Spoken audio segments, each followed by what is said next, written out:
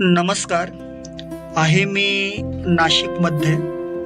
मला आहे ना खूप दिवसापासून नाशिकच्या नवशा गणपतीचं दर्शन घ्यायचं होतं. आज फायनली मी दर्शन घेतलेलं आहे. थोडक्यात माहिती सांगतो.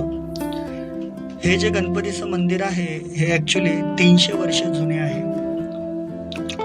नवशा गणपतीचे वैशिष्ट्य म्हणजे हजारो भाविक या ठिकाणी नवस मागण्यासाठी येत असतात.